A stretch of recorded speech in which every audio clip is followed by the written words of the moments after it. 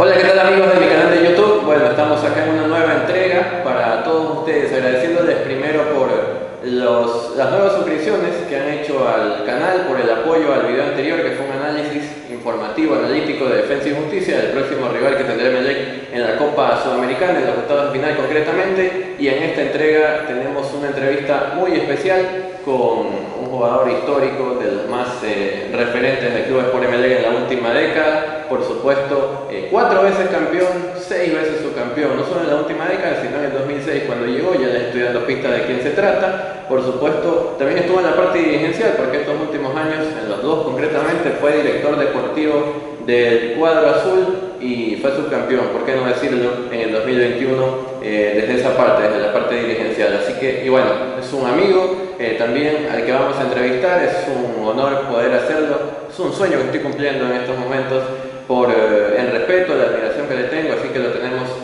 como invitado a Marcos Gustavo Mondaini Montenegro. ¿Cómo estás, Marcos? Un gusto saludarte en esta jornada. ¿Cómo estás, Alvarito? Un placer estar acá. Gracias. Sabes que te respeto mucho. Y bueno, ojalá que podamos hacer una linda entrevista y que a la gente le guste. Por supuesto, Marcos. Vamos a hablar, va a ser una entrevista novedosa, innovadora, porque no vamos a arrancar por la parte de los inicios, cuando llega Emelec, los títulos, sino por el final, por la última parte, la director deportivo del cuadro azul. Y arranquemos la primera pregunta por el tema de cómo se dio este tema de ser director deportivo. En principio te lo propuso el expresidente de Nassim Nemes, que hoy está de cumpleaños a propósito y lo felicitamos, pero no se dio, porque creo que Marcos quería seguir jugando, quería prepararse y después sí aceptaste este reto. Sí, así como lo contás, Álvaro. En principio, perdón, iba a ser cuando salgo de Emelec en el año 2019, en mayo del 2019. Ahí el presidente en ese momento, Nassim Nemes, me propone ser el director deportivo. Y bueno, yo quería seguir jugando, quería todavía seguir estando dentro de un campo de juego y consideraba que no estaba preparado todavía para asumir un cargo tan importante como es el cargo de director deportivo. Se lo agradecí y al mes siguiente yo pasé a jugar en Guayaquil City, jugué 1 año y medio más y después de finales del 2020, que ya me retiro, salgo del City, volví a hablar con Nassim y bueno, seguía la propuesta, gracias a Dios seguía la propuesta ahí latente, la tomé. Obviamente que en ese transcurso me preparé para el puesto y bueno, la verdad es que siempre lo comento con mis amigos, no sentí mucho ese vacío que sienten los jugadores después de dejar el fútbol, porque yo a los 2 meses, 3 meses de dejar de jugar, pasé a ser director deportivo, entonces eso también hizo que no sienta el haber dejado de jugar al fútbol. Por supuesto. ¿Qué funciones tenías como director deportivo de Emelec? Para que lo conozca un poco la gente, ¿qué funciones tiene a su cargo un director deportivo y tú en ese momento? Básicamente es el de organizar y estructurar toda la parte deportiva de los clubes. Hay algunos equipos, o mejor dicho, hay en algunas partes del mundo donde el director deportivo tiene mayor injerencia o mayores decisiones en algunas cuestiones. Como pasa en Europa, por ejemplo, que el director deportivo tiene la llave del club en el tema deportivo. Yo siempre hablo mucho con Nico Burdizo y él está encargado totalmente del área deportiva. Bueno, acá en Sudamérica todavía la figura del director deportivo no tiene ese peso, pero sí tiene un peso también que es relevante. Ser un nexo, sobre todo con el entrenador y los dirigentes, ese día a día. Para mí lo más importante acá en Ecuador y en Sudamérica es el nexo, el día a día con el presidente, entrenador, jugadores.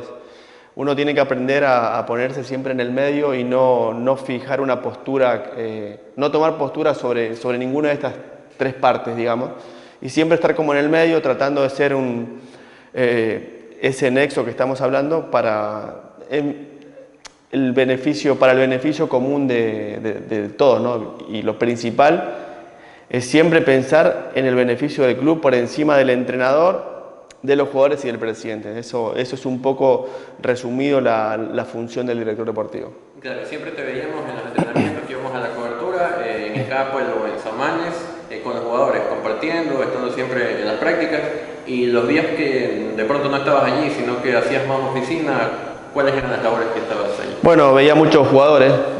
Estaba, El scouting. sí, con el equipo de scouting de ahí que teníamos en Emelec, que éramos 4 o 5 personas. Veíamos muchos jugadores, pasaban informes, revisaba jugadores, revisaba contratos. Bueno, eso básicamente.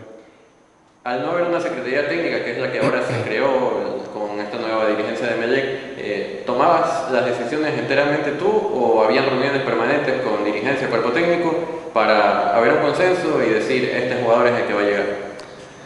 Bueno, al principio, cuando empecé a trabajar, por ejemplo, la llegada de Lucas Sosa, de Alejandro Cabezas, de Ángel Gracia, sí fueron recomendaciones mías. Fueron jugadores que yo conocí. Bueno, Alejandro lo enfrenté ese año y me llamó mucho la atención y ahí coincidimos inmediatamente con Nasib. Y con Lucas Sosa y con Ángel Gracia yo tuve la oportunidad de jugar, entonces los conocía y recordemos también que ese año Emelec no podía contratar extranjeros. Si se acuerdan, Lucas tuvo que esperar un mes o 25 días para jugar porque estaba esperando su carta de nacionalización. Claro, llegaba como nacionalizado, si no, no llegaba.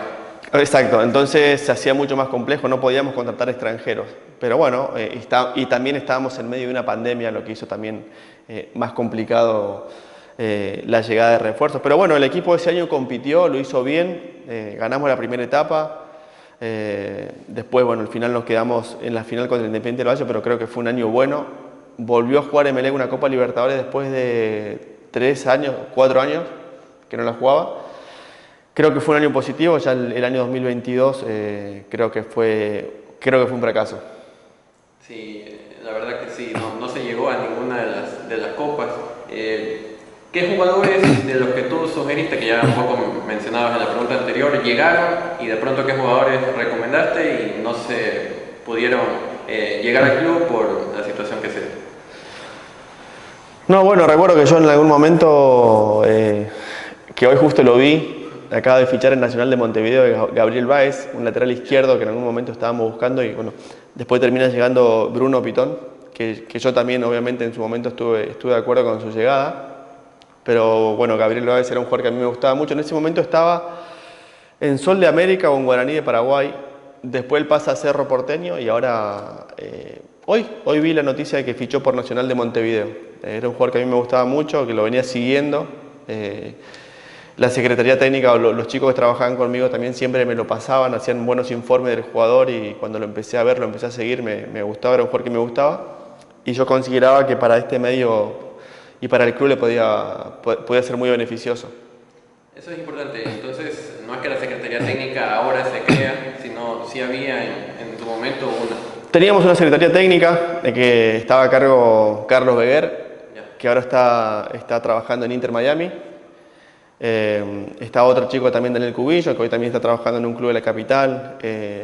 Javier Klimovich, que también siempre nos ayudaba. Siempre teníamos un chico de España también que nos ayudaba mucho con el tema de los datos, del Big Data, de las métricas. Sí, teníamos una secretaría técnica, no era muy grande, pero teníamos 4 o 5 personas que siempre me pasaban información y obviamente después las revisaba. En el caso de 2 jugadores que no llegaron, lo conversamos en su momento, si nos puedes detallar por qué no se dieron estas situaciones. La primera fue de Aarón Rodríguez, que se lo buscó muchísimo. Ah, sí, no me acordaba. Y la otra, la continuidad de Facundo Barceló, que lo conversamos en su momento y hicieron todo lo posible, o al menos cuerpo técnico, Ismael Rescalvo y tú, querían que continúen. Sí, bueno, ya que tocaste el tema, bueno, el tema de Aarón Rodríguez, fue un jugador que a mí me gustó. Yo me acuerdo que lo vi a él en el año 2020, yo todavía no era director deportivo, pero ya iba al estadio de Emelec. Y lo vi, creo que fue la fecha número 3 o 4 que Emelec recibió a Macará y él entró en el segundo tiempo con zapatos naranjas y desde ahí lo empecé a seguir y empecé a hablarlo con Nasib, le decía mira este jugador y Nasib también estaba de acuerdo en traerlo, pero bueno, al final 2 veces fuimos a la carga por él y las 2 veces no se pudo por un tema económico. No nos pusimos de acuerdo con Macará, pero bueno, es un jugador que sí, que me gusta mucho, me gustaba mucho en ese momento y me gusta mucho, que considero que en ese momento nos hubiese venido muy bien su llegada. Y con respecto a Facundo, El club tenía una opción de compra y yo creía que Facundo se tenía que quedar con nosotros, pero no a través de una compra. Yo en ese momento sí lo hablé con Nassib y le dije que a mí me parecía que el jugador era un jugador que iba a cumplir 30 años, que era muy proclive también a las lesiones y que, bueno, debido a su edad me parece que el club no estaba en condiciones de pagar el dinero que estaba fijado en su opción, pero sí que era un jugador muy importante para el equipo, para el grupo, porque Facundo es una persona también súper positiva para el grupo, de ir de nuevo por un nuevo préstamo. Y lamentablemente el equipo que lo manejaba no aceptó un préstamo, quería una venta definitiva y bueno, en ese momento yo consideraba que no era un jugador para comprar. Y en ese tiempo fue verdad que Emelec, en principio querían compra sí o sí el equipo uruguayo, me parece, y después accedieron a un préstamo, a un nuevo préstamo o no. Al final, pero ya las negociaciones se habían desgastado un poco y bueno, ellos aceptaron un nuevo préstamo, pero con un cargo también que era muy alto. Y bueno, como te digo, las negociaciones se habían desgastado porque en principio era una compra definitiva o nada. Y bueno, después al final ya de la negociación ellos pusieron un nuevo préstamo que también era alto, pero bueno, el préstamo sí era un poco más negociable, pero bueno, ya nosotros estábamos negociando con otros jugadores también. Haciendo una autoevaluación, autocalificación que uno mismo se hace, ¿cómo calificas tu gestión de director deportivo en Emelec? Yo creo que fue buena, me hubiera gustado que sea mejor obviamente, pero califico como un primer año que fue bueno y un segundo año que fue malo. O sea, tengo esas dos sensaciones, un 2022 sobre todo, que el primer semestre el equipo compitió bien, hasta el clásico el gol de Carcelén. El equipo llegó con posibilidades de ganar la etapa y faltaba un partido, creo, o dos partidos. Competimos, el Emelec fue un equipo competitivo como lo ha sido estos últimos 12 o 13 años.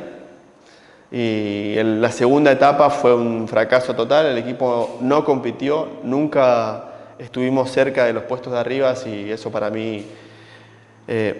ver a Emelec que no compite por los primeros lugares para mí es un fracaso y bueno, lo tomo como tal y lo asumo también. Ya nos vamos dentro de poco a meternos en la parte futbolística de la actualidad del equipo, pero ya que lo nombraste a Michael Carcelén y se habla de que es un hecho y de que se suma Emelec, ¿qué opinas de este jugador como refuerzo? No, me parece que es un buen jugador que puede sumar, pero yo creo que no es en la posición, no es el jugador que necesita hoy Emelec. No, me parece que no es prioridad, no es una prioridad futbolística. Eso es un punto de vista mío, pero bueno, creo que sacando esto de lo que me parece a mí, considero que es un gran jugador. Muchos en la parte de director deportivo, bueno, te han criticado en redes sociales porque de pronto mencionan que de todos los jugadores que trajiste, más fueron los que no rindieron que los que sí rindieron. ¿Qué respuesta das tú a eso? No, bueno, que también es verdad, o sea, hay algunos jugadores que llegaron al club que no rindieron, que es una realidad. Y bueno, uno a veces también toma decisiones en conjunto, sobre todo con la dirigencia. A ver, trabajé 2 años con un dirigente como Nassib Neme, que también es una persona que sabe mucho de fútbol.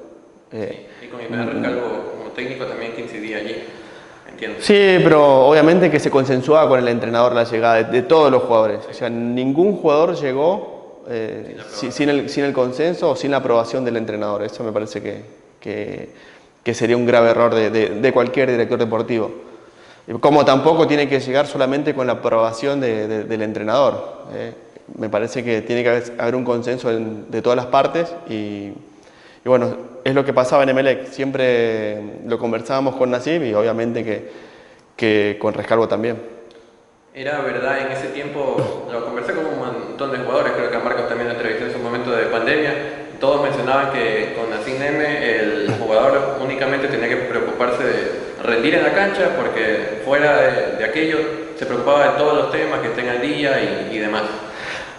A ver, bueno, me pasó a mí como jugador, sí, la respuesta es sí. Solamente me tenía que preocupar por entrenar, por descansar, por alimentarme bien y por mantenerme bien, por mantener el físico bien y por tratar de cuidarme. Después lo demás, la verdad que Emelec me ha dado, no solamente a mí, sino a todos mis compañeros de esa época, de esos años, muchísimas facilidades. La verdad que muchísimas facilidades y eso nos hizo siempre pelear por cosas importantes.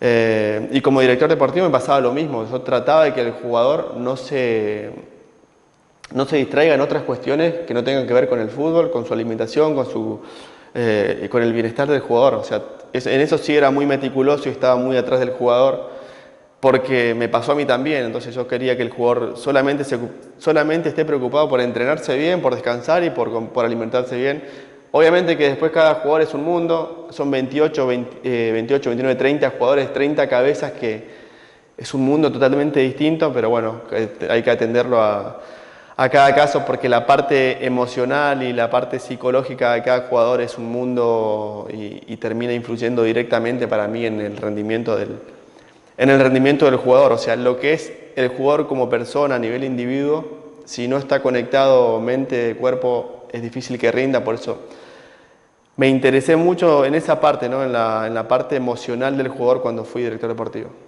Por supuesto. En el tema de Dixon Arroyo, ya metiéndonos un poco en el equipo actual, ¿cómo viste la situación o el manejo de la situación de su salida, tanto del jugador como de la dirigencia en ese momento? Bueno, la verdad es que desconozco los pormenores de la situación, ¿no? De la salida de Dixon. Sé más o menos, por lo que se ha comentado, que no lo han dejado entrenar y bueno, después el jugador terminó saliendo. Lo que sí te puedo decir, Álvaro, es que a mí me pone muy feliz porque lo conozco a Dixon, yo jugué con él, fui compañero de él y después lo tuve como director deportivo. O sea, es un tremendo jugador, es una gran persona y me alegra mucho el presente que está viviendo, porque al final del día a mí me gusta que a las buenas personas les vaya bien, y Dixon es una de ellas, y aparte que es un excelente jugador, ¿no? Lo demostró. Yo soy un admirador de Messi, por ejemplo, y el otro día lo veía a él con una naturalidad jugando con Busquets, con Messi. La verdad es que me pone muy contento que a Dixon Arroyo le vaya muy bien. Ahora que en un evento nos encontramos y me veías con la camiseta de Argentina y me faltaba la estrella nueva que ganaron ahora en el Mundial, nos pasa. Ahora que Messi está en el Inter Miami, lo observamos todos los partidos, lleva 2 partidos, marcó en el primero un gol, ahora un doblete el otro día, y está jugando Dixon. ¿Cómo lo ves? Dixon, el que recupera, el que hace trabajo sucio, digamos, y Busquets y Messi, bueno, la magia la pone. La verdad que lo veo bien, lo veo sereno, lo veo tranquilo, lo veo con mucha confianza, y yo creo que también la llegada del Tata Martino, conociendo también el perfil de entrenador que es, no tengo ninguna duda que Dixon se va a terminar imponiendo como lo está haciendo, como lo hizo estos partidos, y va a terminar siendo una pieza muy, pero muy importante para el Inter Miami. Eso no tengo ninguna duda. Y después es un jugador que te da mucho equilibrio, que recupera muchas pelotas y que tiene muy buen primer pase. Así que creo que se van a complementar muy bien con Busquets y con Messi, obviamente. En el tema de Dixon, que estábamos hablando, de pronto te comprometo un poco, Marcos, pero Marcos va a poder salir de la situación fácilmente como hablaba en la cancha. Lo conversamos hace un par de meses. Habían jugadores, de esto que se dijo de la dirigencia, que habían jugadores que tenían contratos, como era año del Mundial y todo, y se terminó el campeonato en octubre. Había jugadores que tenían contratos que se les pagaba solamente hasta el último partido jugado el año pasado. ¿Eso existía? A ver, hay jugadores que tenían contrato hasta el 30 de diciembre y hay jugadores que tienen contrato hasta que termine la competición. Eso es muy personal. Si el contrato del jugador dice que termina el 30 o el 31 de diciembre, si el campeonato termina el 30 de octubre, se tiene que pagar hasta el 30 de diciembre. Y si el contrato dice que el jugador finaliza cuando termina la competición, se paga hasta que la competición finaliza, en este caso Liga Pro. Y así se hizo siempre. No entendí muy bien tu pregunta, no sé si te la respondí. Sí, el tema iba a lo siguiente. se armó el conflicto con Dixon porque Dixon decía que tenían que pagarle hasta diciembre, que eso estipulaba el contrato. Correcto. Y la presidencia, la actual dirigencia de Emelec decía no, en el contrato está establecido de que se le paga hasta octubre o hasta el último día, hasta el último partido jugado, que fue el 22, me parece, de octubre. De octubre del año pasado. Entonces, desconozco algunos contratos que hicieran así. La verdad, sí. Obviamente que hay contratos, como te mencioné, hasta el 30 de diciembre y hasta final de la competición. Desconozco qué tipo de contrato tenía Dixon. La verdad es que no recuerdo. Pero no sé si el jugador habrá reclamado el pago total del contrato hasta diciembre, es porque, imagino o asumo que es porque tenía en su contrato, lo tenía así. Sí, por supuesto. En el tema de ahora que se han originado en estas últimas horas, Emelec acaba de cancelar una deuda, por ejemplo, de Mauro Quiroga hace pocos meses, pocas semanas. Hoy una de Bruno Pitón. Bueno, la de Las Bangora seguramente la conocías porque ese contrato estuvo en tu periodo de director deportivo. No, recordemos que él llega antes. Antes, claro, sí. Él llega, yo todavía estaba jugando en Guayaquil City cuando él llega a Emelec. Yo cuando asumo, él ya estaba en el club. Claro, digo que Bangora estaba cuando estabas durante tu periodo eso sí. de director deportivo. Sí. Ahora se habla mucho de que heredaron, la actual dirigencia heredó muchas deudas del anterior. ¿Esto lo conocías o no? Pero no son deudas, Álvaro. Son contratos que, a ver, también se dio una situación inusual que no se da casi nunca, como es un mundial en el mes de noviembre-diciembre. Eso no se da nunca, siempre pasa a mitad de año los mundiales. Y los torneos o la Liga Pro en general terminan la primera semana o la segunda semana de diciembre. Antes terminaban el 20 de diciembre cuando yo jugaba. Pero bueno, esta situación es inusual. De ahí, a ver, lo que reclamaban son los valores. Eran jugadores que tenían contrato hasta el 30 de diciembre. Y si uno, en este caso, si seguían así, tenía que pagar hasta el 30 de diciembre. Y la persona que llega a la presidencia tiene todo. Pero pasa con otros jugadores también. Si tienen contrato hasta el 30 de diciembre, repito, o hasta el final de la competición, eso te lo dice el contrato. No es que son deudas, son un contrato que está firmado, son obligaciones por cumplir. Eso no son deudas. Claro, de pronto que no las terminó de cancelar la dirigencia anterior. Por ejemplo, la de Bangora. Pero no tenía que cancelar porque son contratos. Si la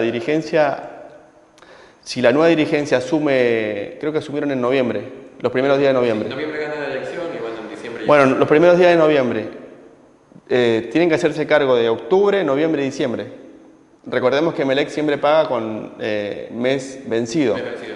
Mes vencido. Octubre, noviembre y diciembre, o sea que son obligaciones, eso no son deudas. Eso que quede claro también porque como al resto del plantel. Claro, y se pasa en todos los equipos. Pasa en todos los equipos que cuando asume una nueva dirigencia hay cosas por pagar, pero también es importante aclarar que hay dinero que ingresa o que va a ingresar al club. Y el tema de Bangora lo podrías explicar, es así como se dice de que si cumplía tal cantidad de partidos, que eran 6 me parece. Sí, el contrato era así. Es como, él llegó en septiembre del año 2020 y pusieron una cláusula que si el jugador cumplía 6 partidos, jugaba 6 partidos independientemente de los minutos que jugase, automáticamente se renovaba el contrato del jugador para el siguiente año. Sí, por eso yo cuando entré en el 2021 pregunté también por el jugador y me dijeron que no, bueno, que había cumplido con esa cláusula, con esos partidos y que bueno, que iba a tener un año más de contrato. El Emelec actual, del 2023, pasamos a hablar de aquello. ¿Cómo viste el primer semestre? Por supuesto, fue un fracaso prácticamente en Liga Pro y en Sudamericana fue otra historia. Sí, a ver, la verdad es que yo creo que no tuvo suerte también con el tema de lesiones. Se le lesionaron para mí jugadores claves, bueno, se le lesionaron algunos jugadores muy importantes. Después pasó lo de Dixon Arroyo, que también para mí es un jugador muy importante. Tuvo ahí hasta la llegada del nuevo entrenador, 15 o 17 jugadores nuevos. Yo creí que la adaptación no iba a ser fácil, pero nunca creí que iba a ser lo que fue. Eso también es real. De ahí, bueno, lo que dije con el tema de las lesiones, Y después creo que el entrenador no supo manejar algunas cuestiones, el grupo se le fue de las manos y eso terminó repercutiendo en los resultados. Después me parece que acertaron con el entrenador. A mí Torres me parece un gran entrenador y me parece que es el entrenador indicado para este momento, para este Emelec y para este momento de Emelec. Me parece Torres el técnico, me parece que es un técnico muy indicado para este momento. Sacó adelante una serie durísima, difícil contra Cristal y bueno, esperemos que empiece a mejorar el equipo como lo hemos visto en los últimos partidos. Se veía un Emelec que, a pesar de mejorar en ciertos partidos y todo, de igual forma las cosas no se daban en los partidos en Liga Pro, igual terminaba empatando, perdiendo, pero cuando iba a jugar en Sudamericana como que le ponían más ganas, más actitud, de pronto el equipo mejoraba un poco más. Puede ser, o a qué le atribuyes tú, puede ser la vitrina internacional, el verse, exponerse y que un equipo pueda contratarlo también de pronto. Sí, puede ser también que inconscientemente el jugador se motive de manera distinta. A mí me cuesta creer eso, pero sí puede ser lo que decís. De ahí también el equipo se prepara de otra manera para enfrentar ese compromiso internacional. Mentalmente también, y creo que Emelec, considero que tiene muy buenos jugadores. Creo que Rondelli se ha equivocado en algunas cuestiones también.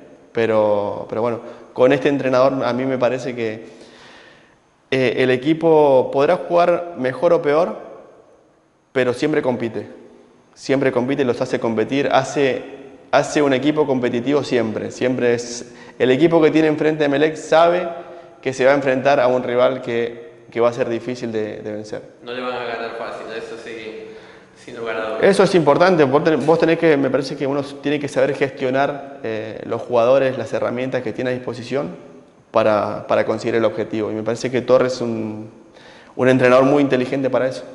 Ya lo mencionaste, es un técnico de jerarquía, 4 títulos en Colombia, 1 en Perú, ganador, exitoso, que promueve la disciplina a más no poder. Ya hemos visto que pasó un tema de Copa Angulo, que no puede entrenar en alguna ocasión, no viajó a Perú para el partido de ida con Sporting Cristal, con él la disciplina no se negocia. Se lo preguntaba, lo conversaba con Clever Fajardo, se lo preguntaba, ¿cómo lo ves? ¿Cómo ves la llegada? Y me dijo, es el técnico ideal, las mismas palabras que acabas de decir tú, es el técnico ideal para asumir en este momento de Emelec. ¿Cómo ves al equipo, sobre todo en ofensiva de pronto? Porque en defensa Emelec se ha solidificado un montón, pero por ejemplo en la llave con Sporting Cristal atacó una vez allá y una vez acá.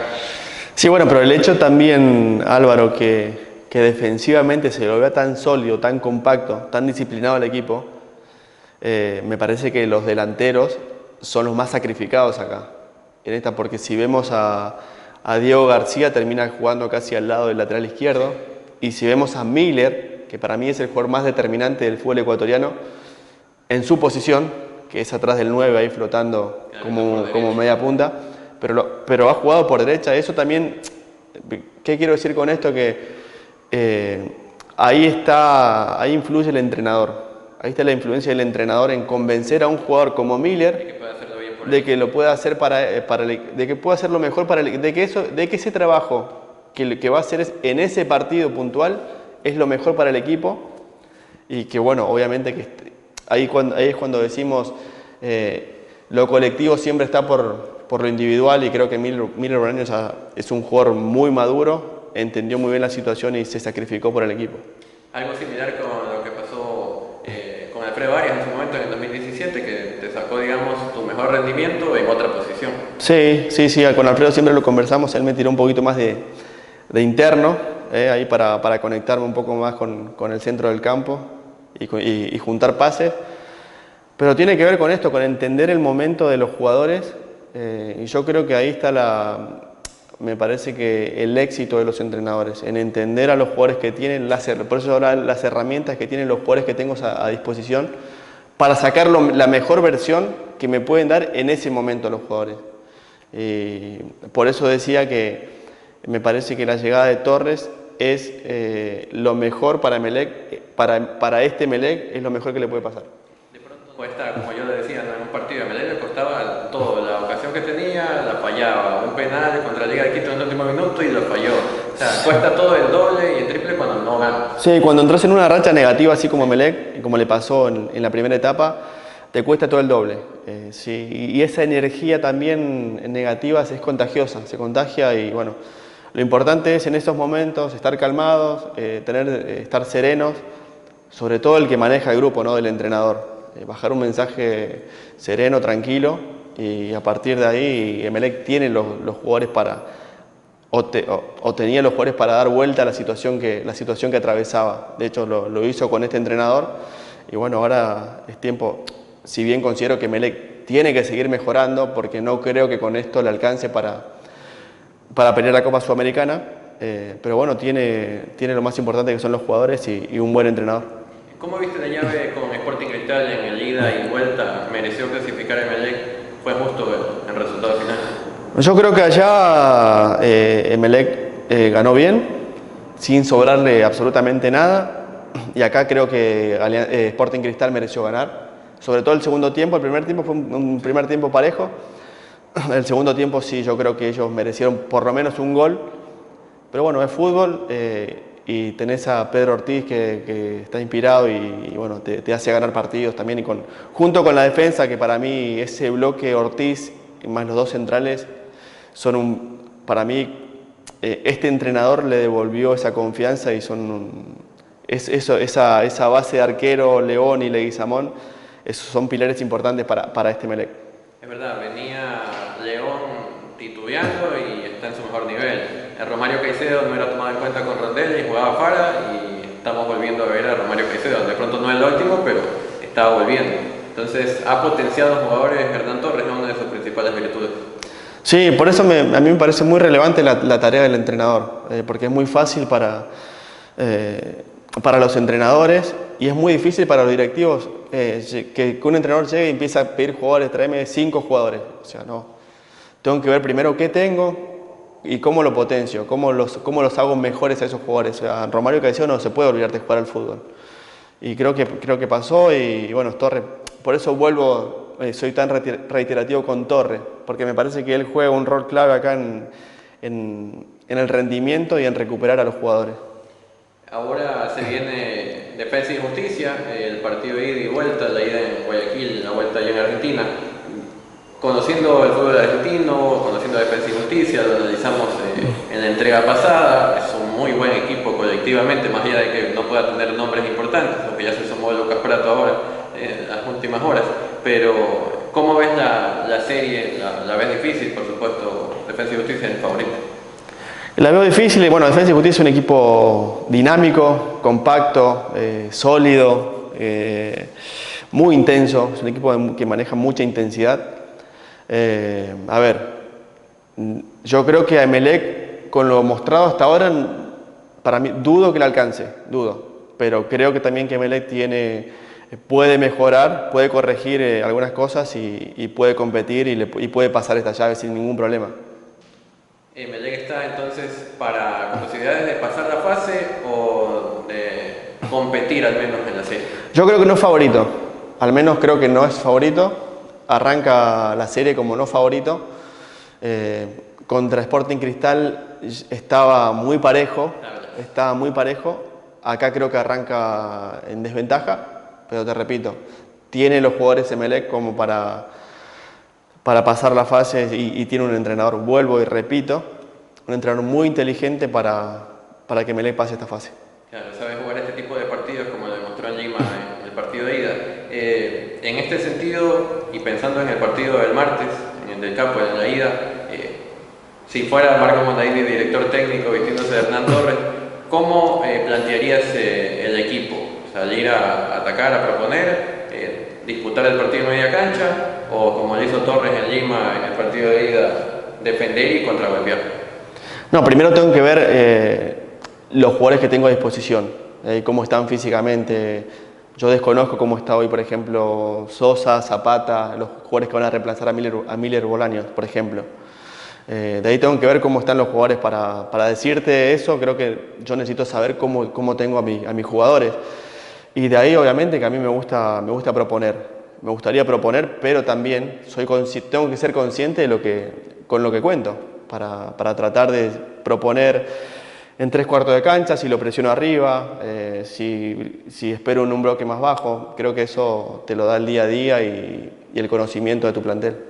Lo que alinearía Emelec al momento con lo que he entrenado es Pedro Ortiz en el arco, Romario Caicedo, León, Leguizamón y Carabalí, la línea de 4. En el medio campo Valencia, Villalba y Ceballos, los tres, tal cual como jugó en Lima. Y en ofensiva simplemente reemplaza a los que están lesionados. No puede estar Cabeza, va Brian Angulo, por izquierda el Demonio García y en reemplazo de Miller iría Sosa. ¿Cómo la ves ahí? Yo sacaría un medio y tiraría a Zapata atrás del 9. Exacto, Zapata de 10, de Miller, digamos. Zapata de Miller, Samuel Sosa, Diego García y 2 volantes centrales. Claro. Y el punta es el Cuco. Cuco, porque creo que no está, Alejandro Cabeza está lesionado, no está disponible, así que sí, claro, con Cuco. Sería un 4-2-3-1. Un 4-2-3-1, es una formación que a mí me gusta mucho. Y bueno, ya como lo dijiste, en ese sentido, ¿irías para arriba, o sea, para adelante, defensivo? No, después la estrategia del partido, bueno, se analiza. Tiene mucho que ver para mí el estado de los jugadores, ¿no? Te repito, Álvaro, yo hablo con el desconocimiento de saber cómo están los jugadores. Me baso en lo que a mí me gustaría, pero no conozco en profundidad cómo tengo a los jugadores. Entonces, me parece que lo más importante es conocer a los jugadores, saber cómo están, para saber si quiero presionar, si quiero ser intenso. A mí me gusta ser intenso, pero si mis jugadores no tienen la capacidad física para presionar en un bloque alto, me voy a suicidar. Entonces, por eso quiero ser muy cauto con esto que te comento. Bien, hablábamos del Demonio García. ¿Cómo viste la renovación, la extensión de contrato al menos hasta diciembre? Me gustó, es un jugador que a mí me gusta mucho. Es desequilibrante, Diego. Yo creo que le falta gol. Le falta atreverse en los últimos metros, de creérsela más él, que era algo de lo que hablaba con él cuando llegó. Pero bueno, después en el 1 contra 1 se asocia bien, es muy inteligente para jugar, genera faltas, lee bien el juego, se asocia bien, que es lo que lo dije. Así que me puse muy contento porque siga en el club y ojalá que la rompa estos 6 meses y se pueda quedar. Hablabas por ejemplo, de lo que le faltaba al Demonio en la última, o lo que podría mejorar, ¿no? Tener más gol. ¿Qué opinas en ese sentido de los extremos, los otros que tiene Emelec? Por izquierda Sánchez y por derecha Sosa y Lastra. A ver, yo considero que los extremos tienen que tener goles. Siendo tu posición en la que juegas. Sí, un extremo tiene que hacer entre 6 y 8 goles por temporada. Entonces, eso, si sumas 8 goles de uno, 8 goles de otro, un central, tu mediocampista, tus delanteros, yo creo que ahí se empuja y se va formando el campeón. Es muy difícil si dependés solamente de un jugador, en este caso. Muy bien, Marcos. Para ir combinando de hablar del primer equipo, ir con las últimas preguntas de respuesta rápida, Defensa y Justicia incorporó un 9 al que tú enfrentaste. Estaba viendo la alineación del 2018, ese partido con River de Argentina, en el Capo, el que perdieron, si no estoy mal, 2-1. 2-1. Sí, 2-1. Gol de Ayrton Preciado, que fue el primer minuto de juego. Sí. Allí estaba Lucas Prato y lo acaba de contratar Defensa y Justicia. ¿Qué sugeriría, si bien no eres defensor, sino un ofensivo, pero a la defensa de Emelec de poder controlarlo? Sí, también fuimos compañeros con Lucas en reserva, en Boca. Yo creo que ese tipo de jugadores no hay que dejarlos girar. Y creo que seguramente lo deben saber porque es el manual de los centrales. Cuando tenés jugadores así, con una contextura física grande, lo que no hay que hacer es dejarlos girar. Entonces siempre hay que estar atento cuando se ponen de espalda. Tratar de anticiparlo o que no gire el delantero.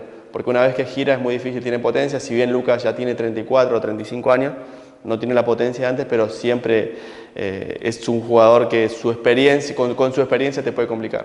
Bien, y ahora que, Emelec tendrá la Copa Sudamericana, pero luego vendrá la Liga Pro, que está por arrancar, y una segunda etapa en la que tienes que arrancar ganando, o iniciar ganando desde la fecha 1, porque está complicado en puestos de descenso, donde por otra parte no lo vimos hace mucho tiempo Emelec peleando esos sitiales. Pero ¿para qué lo ves a Emelec con esta plantilla?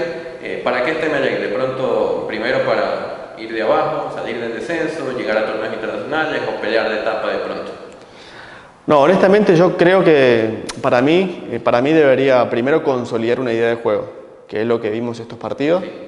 Para mí lo más inmediato es consolidar esa idea y a partir de ahí el rendimiento del equipo te va a marcar para qué está el equipo, o sea, si está para ganar la etapa, para entrar a una copa o no, para Libertadores o para Sudamericana, pero para mí lo más importante o lo urgente hoy es consolidar la idea de juego de Hernán Torres. En cuanto a ese equipo y conformación de la plantilla, ¿te pareció adecuada a inicio de año o faltó un jugador en tal posición? ¿Crees que debería reforzarse en qué puesto? ¿A inicio de año? ¿O ahora, de lo que le faltó de fichar a inicio de año de pronto? Bueno, a mí un volante central y un número 9. ¿Un 5? Un 5 y un número 9 y bueno, por eso te digo, no sé cómo está Jackson Rodríguez. Sí, que ya tiene un par de semanas entrenando, claro. Por eso, si él está bien, no buscaría ningún lateral, pero si Jackson no está bien, vería las maneras de traer. Sé que no es fácil, el mercado es muy duro y para Emelec es más complicado. Es muy duro encontrar, porque jugadores encontrás, incorporaciones encontrás, pero que sea realmente un refuerzo, eso es lo complejo. Que sea alguien que te venga a potenciar el equipo, eso es más complicado si es difícil de encontrar. Por supuesto, Marcos. Ahora vamos con las últimas preguntas de respuesta rápida, prácticamente. ¿Tu mejor gol con Emelec? Mi mejor gol, Tengo gusto, pero vamos a ver cuál es el más bonito o claro, el más estético, el más estético. Y creo que el que le hice a River Ecuador, me parece. Sí. ¿No? Sí, creo que sí, fue porque la agarré. Ni yo pensé que iba a hacer ese gol. De volea, ¿y quién mejor para poner el pase que Luis Miguel Escalada? De volea, sí, Pichu dijo que me dejó solo con el arquero. Pero ya se entendía también que eso era... Sí, sí. Tú ya veías que Sí. La verdad es que es increíble, pero sí, él sabía cuando yo me movía para la derecha, para la izquierda, sabía si tirármela adelante, cuándo dármela al pie. La verdad es que nos entendíamos bueno, de hecho nos conocemos desde muy chiquitos, pero sí, la verdad es que fue fue mi mejor compañero. ¿Y tu mejor gol en el Chucho Benítez contra River Ecuador 2015? ¿Fue 2015? Sí, 2015, sí. En el último minuto estábamos en el estadio allí. Estaba 1-1, ese fue el 2-1, sí, fue el gol más estético. No sé si mi mejor gol, pero el más estético sí. Bien. ¿Tu mejor clásico del astillero o el que más recuerdas? El del 2006, el 3-0. Por encima del 3-0. No, perdón. El 3-0 y después del 2006. 3-0 también. 2014 y 2006. 2014 y 2006, en ese orden, sí. No nos quedamos con uno. 2014, sí. Por lo que significa para toda la gente, sí. ¿Cómo viviste después de haber ganado la final más importante de todas? La verdad fue una locura todo lo que transitamos esa semana de clásico que estuvimos concentrados. Ya igual se notaba como un ambiente del equipo consolidado, fuerte, firme. Estábamos muy convencidos de que esa final la ganábamos. ¿Tu momento más alegre con Emelec de pronto podría ser ese? Sí, a ver, el año 2013 también fue muy importante para mí, porque yo regreso en 2012 y quedamos segundos y quería ganar un título con Emelec, entonces el club no ganaba un título desde el año 2000, hace 11 años que no ganaba un título y volvimos a ganar, así que también fue un año muy especial para mí el 2013. ¿El significado de Emelec en tu vida?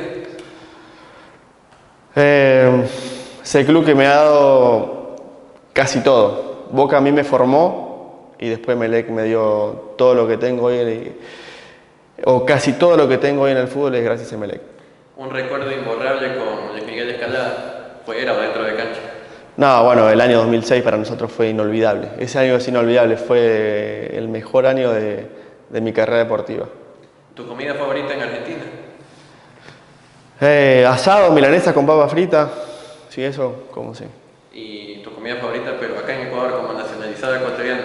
Y acá, bueno, mucho ¿Ya te acostumbraste? bolón, ceviche, sí, como de todo. Me gusta mucho la comida, así que como de todo. Bien. ¿Tu lugar favorito para ir de viaje o de vacaciones?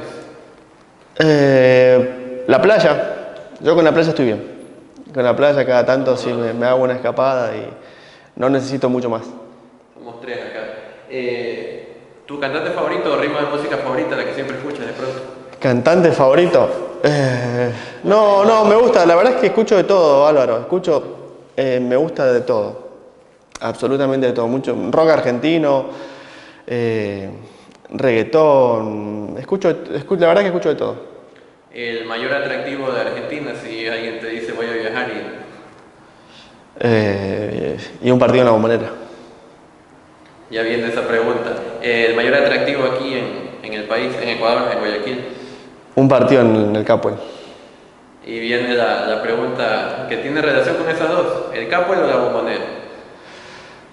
Y a ver, la Bombonera llena es una cosa impresionante, se di loco. Pero el Capuel ahora, te digo, el Capuel cómo está ahora, también. El otro día, por ejemplo, yo fui con unos amigos al último partido contra Sporting Cristal. La verdad que se volvió a vivir una noche de copa, en este caso Copa Sudamericana, pero el ambiente que había, la verdad que se te erizaba un poco la piel. ¿Podrías decir que es la semejanza de lo que es la Bombonera allá en Argentina, es el Capuel acá? Sin ninguna duda, sí. Sí, es con menos capacidad que la Bombonera, pero lo que se respira, el ambiente que hay es muy parecido. Y esta es la última. ¿Cómo te sientes ahora en esta faceta de comentarista y deportivo? ¿Y qué otras facetas cumples durante el día después de tu trabajo en la radio? Estoy trabajando también como scouting de jugadores para una empresa de representación de jugadores. Y bueno, obviamente estoy en la mañana ahí en la Radio Redonda, que a veces no, el otro día te crucé. Estamos ahí en Harta Pelota. La verdad que no me veía al principio, cuando me llamaban, bueno, cuando mi compañero me llamaba para que vaya, no me veía, no me gustaba. Empecé a ir, me gustó y la pasé bien en el programa, la paso muy bien. Y bueno, la verdad que es algo que me gusta, me atrae. Y siempre todo lo que tenga que ver con comentar fútbol, con opinar de fútbol, para mí me va a gustar. Así que encontré también un ambiente ideal para desarrollar eso. Muy bien, Marcos, te agradecemos por la apertura, la extensa entrevista. Creo que estaba para media hora y creo que fue un poquito más, pero hemos tocado una inmensidad de temas y te agradezco siempre por la apertura, las atenciones, darnos este espacio. Como futbolista, ya sabes, te admiramos un montón. Es un sueño, lo reitero, en el 2006, que yo estaba en el colegio, en la escuela, y ya has escuchado esta historia, ¿no? Esperando que llegue el domingo para irnos a ver a ti y a Luis Miguel, y ahora estarte entrevistando, imagínate, a esta altura deportiva ya con 29 años. Así que ha sido un gusto tenerte invitado y esperemos que no sea la última, ya nos estaremos encontrando siempre para hablar de Melec y de fútbol en general. Gracias, Álvaro, sabes que te tengo mucho respeto, mucho cariño, así que gracias por la entrevista y ojalá que a la gente le guste. Muy bien, amigos, aquí estuvo Marcos Mondaini en mi canal de YouTube. Pónganle me gusta, sigan suscribiéndose al canal, los comentarios también en la parte de abajo, los saludos, las felicitaciones a Marcos también, por supuesto, y esperen que la próxima entrega nos estaremos reencontrando en una siguiente oportunidad.